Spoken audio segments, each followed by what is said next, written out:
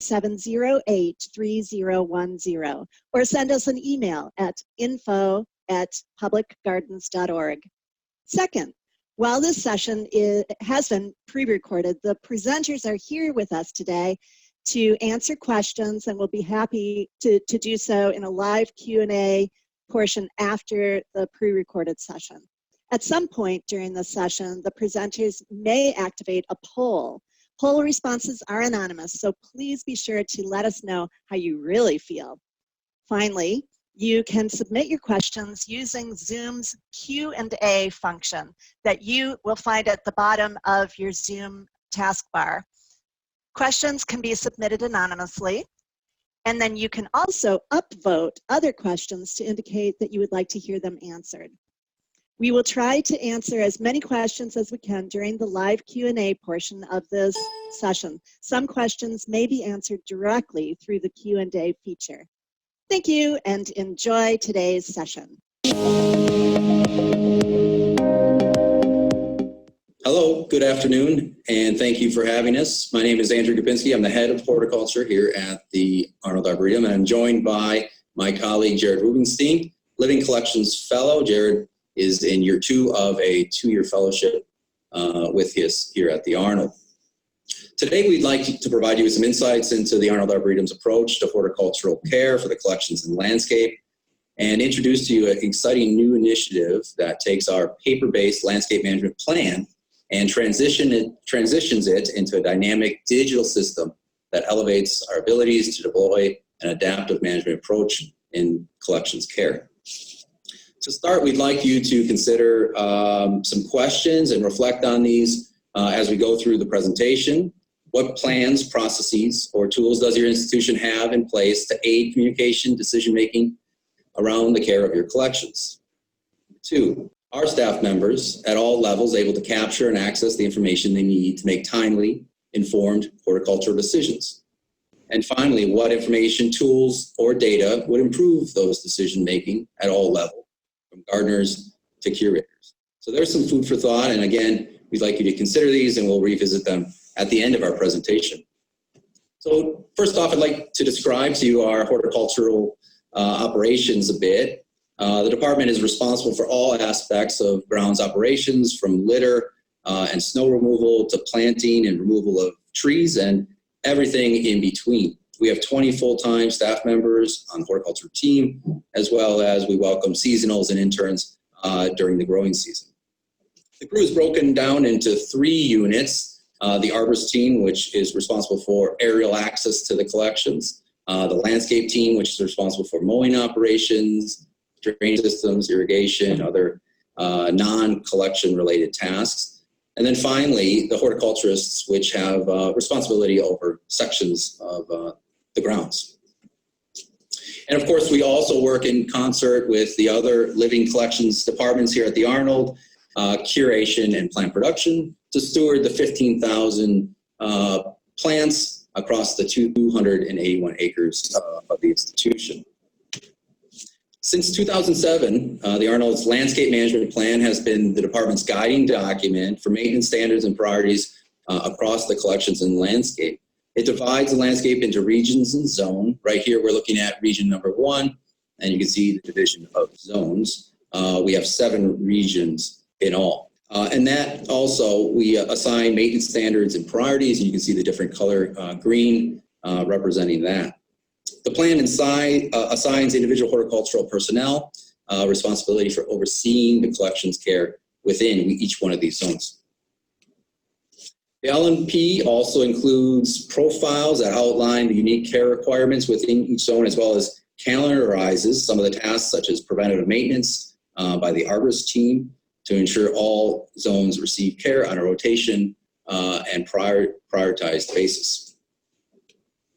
In the execution of the plan, we take a very adaptive management approach to all aspects of the operation, seeking out the latest information, learning from our management decisions, and adjusting based on new information that comes to light. As I mentioned, the horticulture department works in sync with the curation and plant production and the stewardship of the living collections, and thus we have processes and procedures in place that are integral to communications across those three units. Pictured here is one of our main communication tools. We call it the green card, formerly the Plan Action Request Form. And it serves as a key line of communication between the horticulturists that are working in the collections as they're communicating with their managers. They find and report issues and concerns such as storm damage or labeling needs. They're able to propose actions such as removal, repropagation, and care. There can be quite a bit of communication that goes back and forth via these green cards as it's decided on what the best course of action is to be taken to remedy the problem. Tasks get approved, signed, and implemented via this card as well. Of course, the information ultimately ends up in BGBase, the Arnold's database of record, and Catherine Richardson here is pictured with a year's worth of green cards, and she has the tasks of curating that information, entering it into BGBase, doing her best to standardize the data as it comes into her. She has her hands full. In addition to the landscape management plan and the workflows that we have in place, we have an immense amount of horticultural data being captured in decentralized locations such as Excel spreadsheets, Word documents, and hand-drawn maps that captures soil analysis, for example, or pest and disease monitoring. In the center here is an example of that. This is an area of the Arboretum called Hemlock Hill. It's a pseudo-natural area dominated by hemlocks, and this is a map of the horticultural oil treatments that were done on those hemlocks in 2019. As we brainstormed what the next edition of the landscape management plan would entail, we envisioned leveraging existing Arboretum technology and developing new systems with a dynamic map-based interface for management of real-time data and centralizing the information into one location that could aid our adaptive management approach to horticultural decision-making. We're calling this system the landscape management system. In developing the system, we really boiled down the information gathering process into three guiding questions. What are we missing? Identifying the gaps in the Arboretum's existing horticultural communication systems, data collection, and workflows. What can we do about it? Develop inter-departmental collaborations, integrated systems, and new technologies to address the gaps. And how can we stay up to date? Continually soliciting feedback, updating the data, and refining those processes. And so in answering the question, what are we missing, we came up with categories of information that we determined needed to be reviewed or created as part of the LMS. It was quite a robust process, and we determined we had less than we thought we did. And we as well looked at the elements and functions that would be required for each one of these categories. And finally, what existing databases such as BGBase and ArcGIS could be utilized and incorporated into the system, and what other available software was available and could be utilized. And then finally, the software that we would need to develop and create to make the system fully integrated and connecting all of this together. Jared is now going to talk and walk you through answering the question, what can we do about it, and describe two software projects, Arboretum, our dashboard, and our manager that we're currently working on, and provide some examples of content creation that we're undertaking along the way.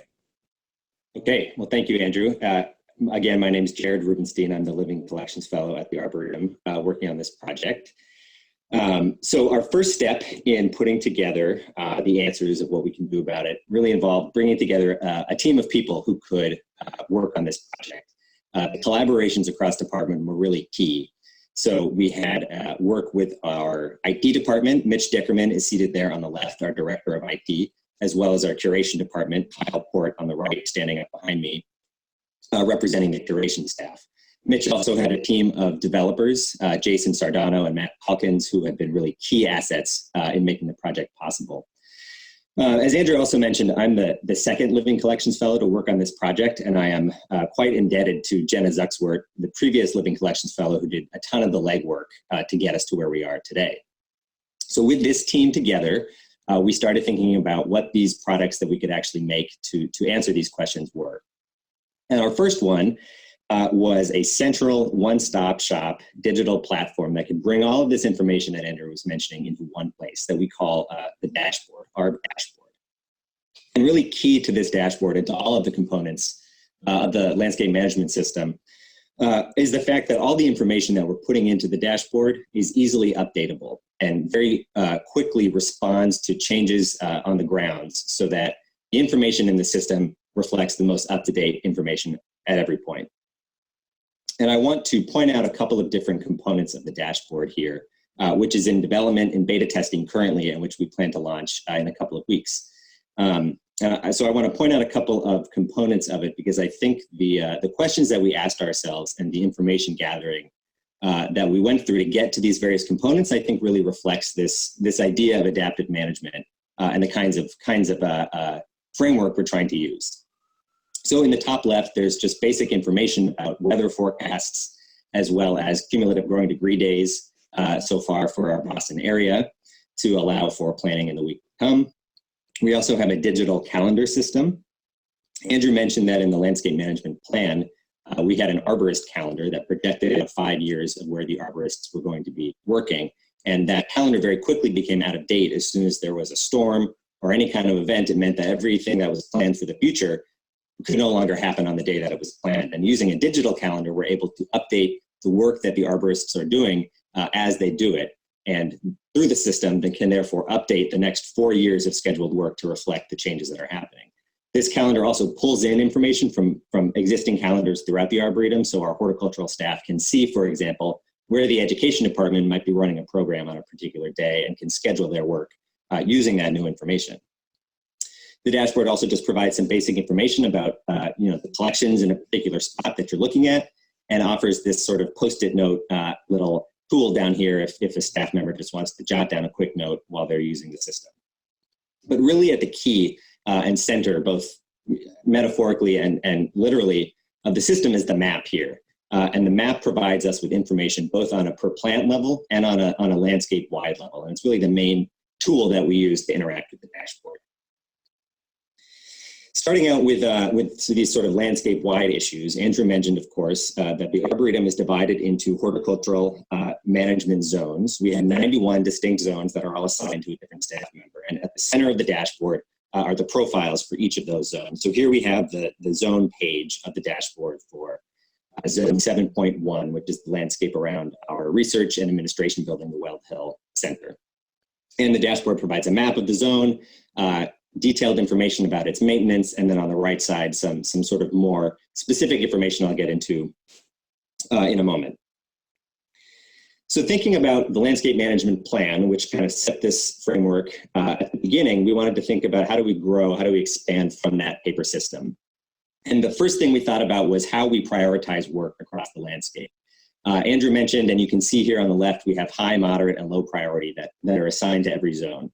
And as we thought about how we want to distribute staff members and resource across the landscape, we realized that that really wasn't sufficient. And what we were really interested in is what are the standards of care for each zone? So the landscape around this main visitor center research building really has a high maintenance standard, as opposed to perhaps a natural area where we can have a lower maintenance standard.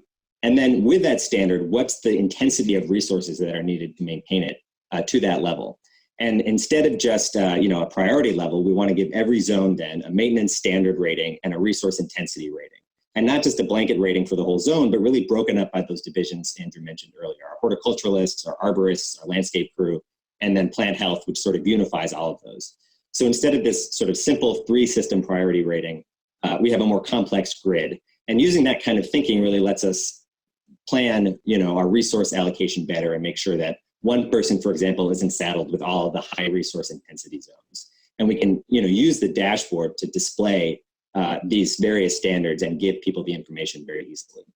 The dashboard zone profiles also contain information about the zone itself. The landscape management plan on the left here shows some maintenance instructions that are very helpful with a lot of detailed information, but a lot of the information in the plan is consistent across the entire Arboretum. And what we wanted to do with the landscape management system is really make it specific to that zone. What are the unique characteristics of this particular zone that aren't true of other places? And how can a staff member use that information to manage that zone even better? So we worked with our curation staff to put together a summary of what the collections actually are in that zone and to try to inspire the staff members who work there to follow a particular vision. And then worked with the staff members who work in the zone to make sure that the unique characteristics and maintenance needs that they do every day are captured in this kind of institutional memory and not just in their heads. Finally, the zone profile page provides some information about the plants in that zone, as in the pie chart on the right there, and also serves as a repository for all the other information that Andrew was talking about at the beginning, those Word documents and Excel spreadsheets and hand-drawn maps. We have a section of the dashboard that's this document section, where we're able to digitize these existing documents that we have and tie them together so that in one particular zone, you can access them. So for example, at the Weld Hill landscape, we have a new solar array that we installed last year. And through the dashboard, we can access, for example, the schematics of that solar array. We've scanned them and uploaded them and tagged them to this particular zone.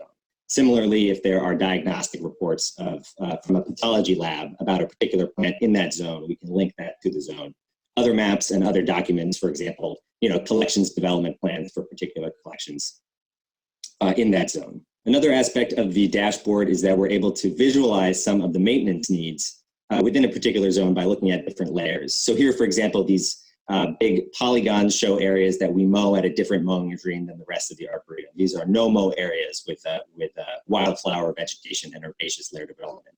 And we've got layers for our irrigation systems, for our paths, various information that in the past was stored in our GIS server somewhere, but through the dashboard, we can give all that information to the horticulturalist who's making the decision. So moving away from the zones, we have all of this information, right, that we're providing about how to maintain a particular spot in the arboretum. But beyond that, there's also information about individual plants that we really want to be able to communicate. We have some basic information about taxonomy and, maybe some curatorial information available on our public map interface, but really we wanted more than that. We want to give the staff members on the ground knowledge about individual plants. So for example, the Arboretum has graduate students, undergraduates, faculty members, lots of people who are conducting research here on the grounds. And those research projects lead to restrictions for our collection. And the restrictions are managed by our curation staff on a spreadsheet.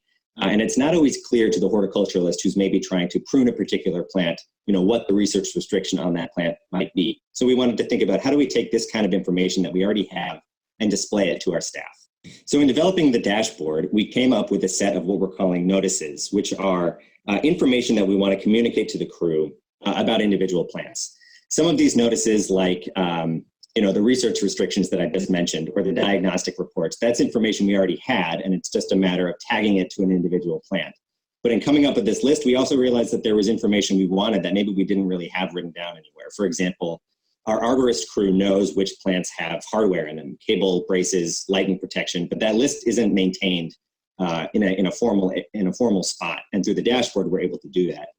Similarly, we wanted to think about what are really the creme de la creme plants at the Arboretum. If there's a crisis, how do we prioritize which plants we're going to respond to first? And, everybody has a different maybe list in their mind of what that is, but we decided we really needed to put that together with our curation staff and come up with a list of these signature specimens. So if there's a drought, for example, which plants get watered first. So, taking the time to think about what information do we have or what information do we want to give our horticulturalists gave us the chance to put some of those lists together for the first time. In addition to being able to view them on this sort of plant level, we can also turn on map layers that show us, for example, all of the signature specimens of the Arboretum across the entire map. So we could say, okay, today I need to water all the signature specimens in response to a drought. Where are they? And we can visualize that right on the map. The final component of the dashboard in the upper right corner here is this section on Arb Manager. And Arb Manager is the other major component of the landscape management system that we want to talk about today. Arb Manager is a mobile application for communication, data collection, and work reporting at the Arboretum that I'll share with you now. So Arb Manager, as I mentioned, is a mobile application that allows staff members at the Arboretum to request maintenance or reviews or labels within the Arboretum. It allows managers to review and discuss and update those requests. and it allows users to complete or to report work that they've completed. It also allows anybody to record observations about the grounds. And we're really excited about this new application. And as with the dashboard, I want to just walk through a couple of the components of it and give you a sense of some of the questions that we asked to get here in the hope that that framework can be an assistance to everybody. So Andrew mentioned the green card system, which has worked pretty well for us in the past. And the goal of our manager is really to digitize and expand on the green card system. So at its basic function, Art Manager allows users to use a map-based interface to identify a particular plant and describe an issue that they see on that plant. It allows managers to converse amongst themselves and to review that request and make any changes for assigning it to somebody as work. It then allows staff members to indicate what work they've actually done and report that work. And then finally, all of the information in Art Manager is being sent directly into BGBase, our database of record, through a novel API or application programming interface that we developed in conjunction with BGBase.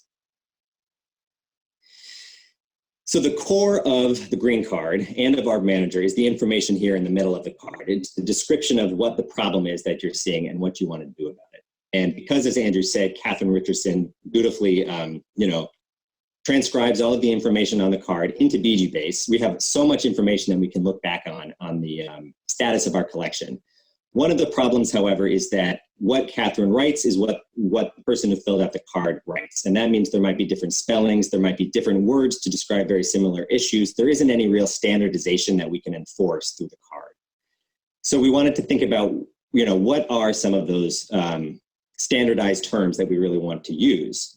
So we looked at many of our old green cards, we looked at BGBase records, and we tried to pull out, okay, what are we seeing again and again? What are the common diseases? What are the common pests? What are the organs that we're describing? And really thought through, what are these categories and how can we standardize them? And through that, we can take the information on the card, and when you use Art Manager, instead of writing it out in your own words, you choose from a drop-down list that we've generated over many, many months of the most common issues. So you can choose a common problem, you can describe the organ that you're seeing that's affected, and you can propose some work to do about it. And all of those terms are being hard-coded to a specific word. And the benefit of that is that later on, if we want to do any kind of analysis of our database, we can use these hard-coded terms and say, for example, I want to see all of the plants that have been reported to have an issue with their bark. And we can choose that bark code rather than having to maybe do some sort of keyword searching. Another major benefit of Art Manager is that it lets us deal with rapid communication in a way that the green cards didn't. So for example, if we have a storm event at the Arboretum, the first thing that happens is that we'll scout the landscape and try to identify damage and make decisions about what needs to happen next. Do we need to propagate a plant or replant it? And the green card isn't a great way necessarily to facilitate that kind of fast communication. The card has to be filled out, it has to be handed off physically, and it has to make its way around the Arboretum. So we wanted to think of a way to speed up this process, but make sure that all the people that still need to be involved get to see it.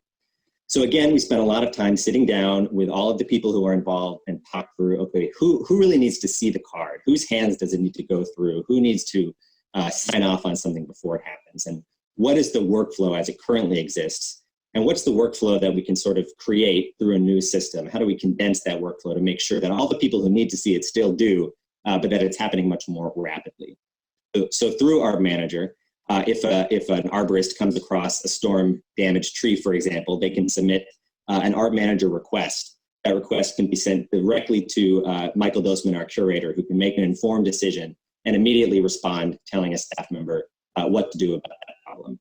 Urgent requests in Art Manager trigger these email responses, so that if someone's not actively on the application, they see that somebody has urgently sent them a request that they want them to deal with.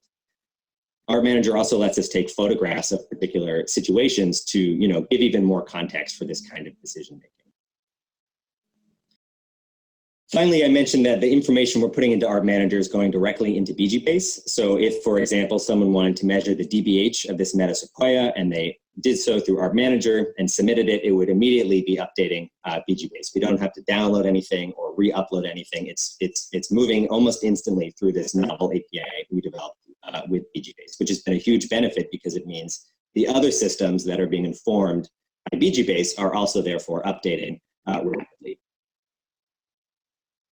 We started using our manager this last fall.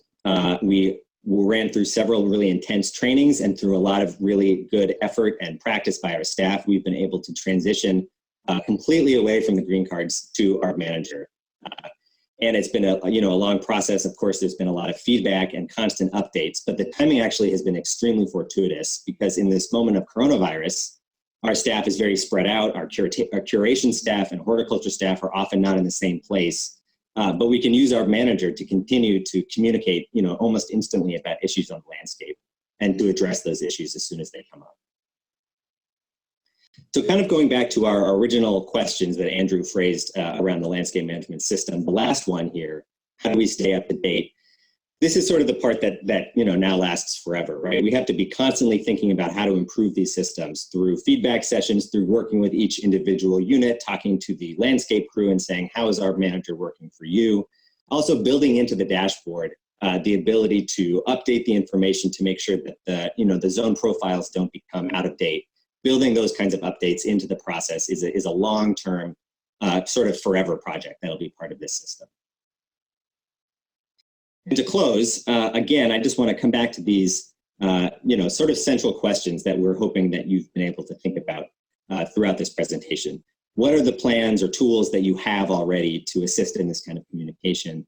What kinds of information does the staff have access to or the ability to capture, to make decisions, and what tools do you want?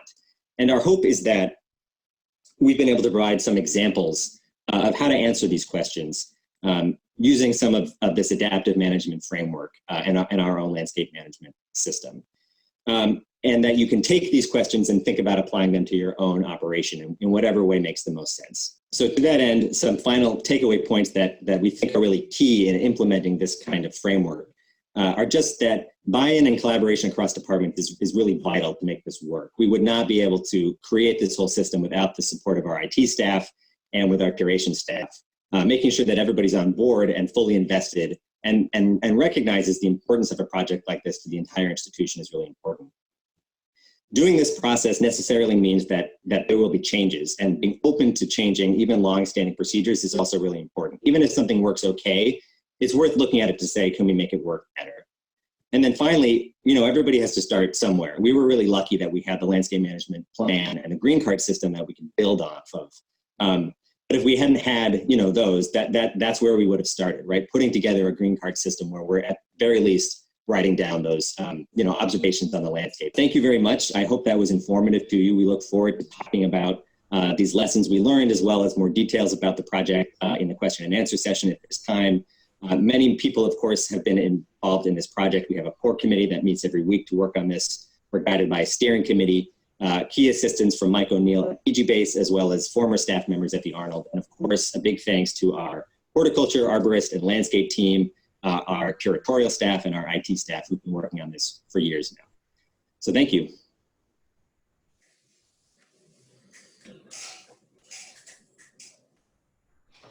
Hello, everyone. This is Jared Rubenstein now, live, not recorded. And we just wanted to close very quickly by showing you our faces, and just to add that at this stage in our landscape management system project, we are discussing some of the benefits that we think these systems might be able to provide to other institutions, and what opportunities for partnership and sharing we might be able to put together. We'd love to hear from you if you have any suggestions or feedback based on the presentation, or if you have interest in learning more.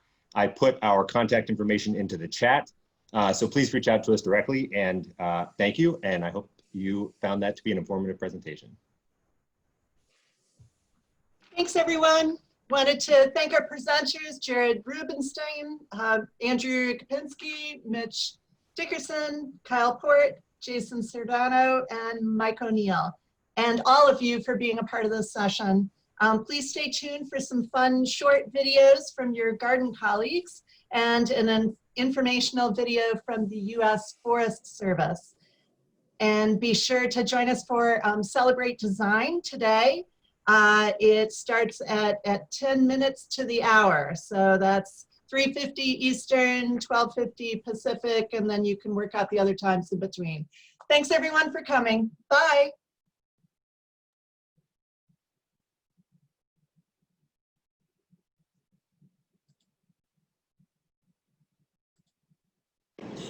Hello from the United States Botanic Garden in Washington, D.C. Hello from the Elizabeth River Project. In Paradise Creek Nature Park in Portsmouth, Virginia. Hi from the Stump Prairie Garden on the Atlanta Beltline. Hello from Denver Botanic Gardens. We love our community of public gardens and wish all of you a great conference. Greetings from Bok Tower Gardens in beautiful Central Florida, where we're recrafting our garden and looking forward to seeing you all in person next year.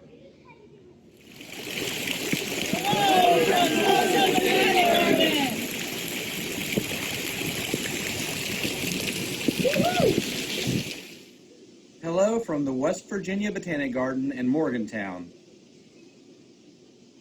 Hello from Birmingham Botanical Gardens in Birmingham, Alabama.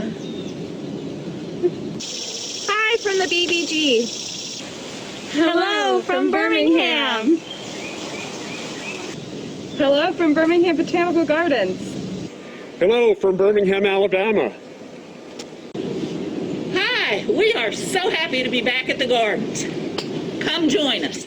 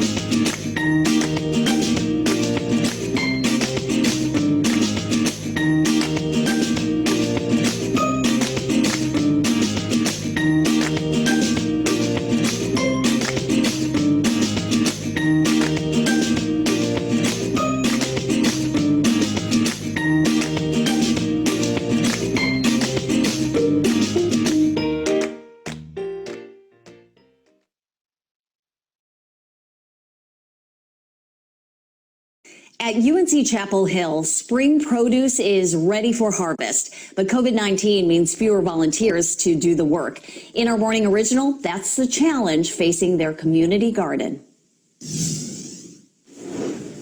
The COVID-19 pandemic caused a big challenge for leaders of this Carolina community garden. This has probably been the best spring we've had in years. And so it's like, oh, we have all this food. What can we do with it? Garden manager Claire Lorch says due to pandemic safety concerns, regular community volunteers are not able to bring in this spring bounty. We've got spinach, Chinese cabbage, green onions, carrots, radishes, collards, kale. Now they depend heavily on medical student volunteers like Madeline Hamilton and Lexi Betancourt. We're, trying to find ways, other than being in the hospital right now, that we could try to help out kind of locally. It's not anything that I've done before, so it's learning a new skill too. This garden was created 10 years ago to fulfill an important mission to increase food access for university employees. Ordinarily, the food goes to UNC's housekeepers, all the people that clean the buildings. Because campus classes and buildings are closed, many housekeepers aren't on the job.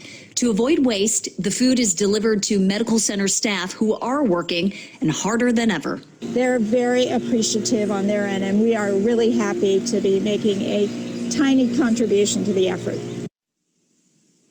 Contributing in many different ways. The garden is part of the larger North Carolina Botanical Garden, which is closed for now. However, the trails around the gardens are still open so people can enjoy nature.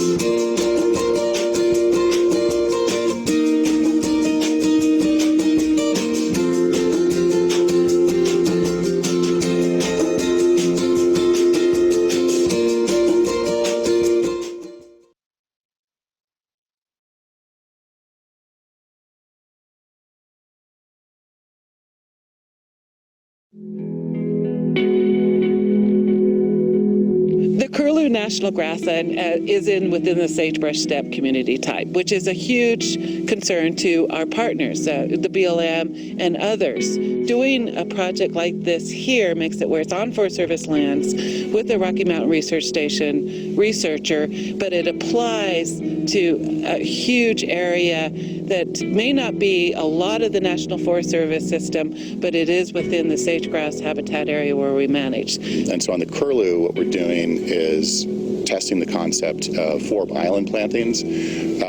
Forb islands are areas that plants can spread from, and so you can treat a smaller area, but maybe actually are able to treat a larger area by both the interaction with the pollinators that come in to be on those plants, and then also those plants can serve as a seed source for further population growth. The addition of the biochar is a way to help establish those forb islands. And so in this case, what we're going to do is use plugs to plant, and then we're using the biochar because we believe the biochar will help in that plug establishment.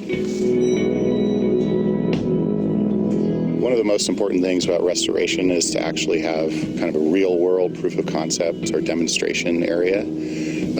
And so it's important to work with managers at National Grasslands and in forests. I think it's very important to have these restoration projects to tie into the bigger picture. And we can do a lot of work, all hands, all lands, across agencies to help preserve our landscape. So I feel doing things on the grassland here and making sure we do it in such a way that, as shared, has a wider application to restoration as a whole.